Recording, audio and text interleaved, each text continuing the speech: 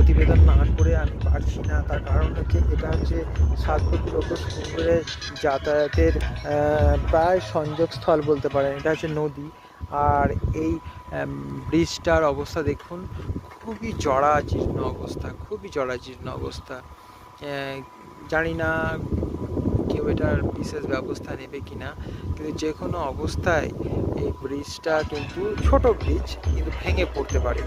কিন্তু ভেঙে পড়লে একটা বিপদ ঘটবে। দেখুন ব্রিজটা সব চারিদিকে সব বড় বড় ফাটল এবং ভেঙে প্রায় পড়তে চলেছে। শুধু মোটা মোটা লোহার বেড় দেওয়া আছে বলে কোনো রকমভাবে টিকে আছে। আপনি যখন কোনো গাড়ি নিয়ে যাবেন দেখবেন একটা কম্পন হবে, কিন্তু এখনও ভেঙে পড়েনি বা কোনো অ্যাক্সিডেন্ট হয়নি, এটাই সৌভাগ্য।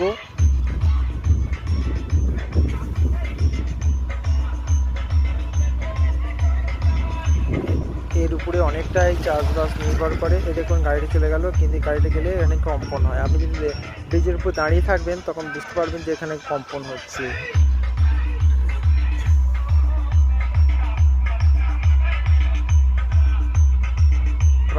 প্রাকৃতিক সৌন্দর্যে সমাহিত, খুব সুন্দর।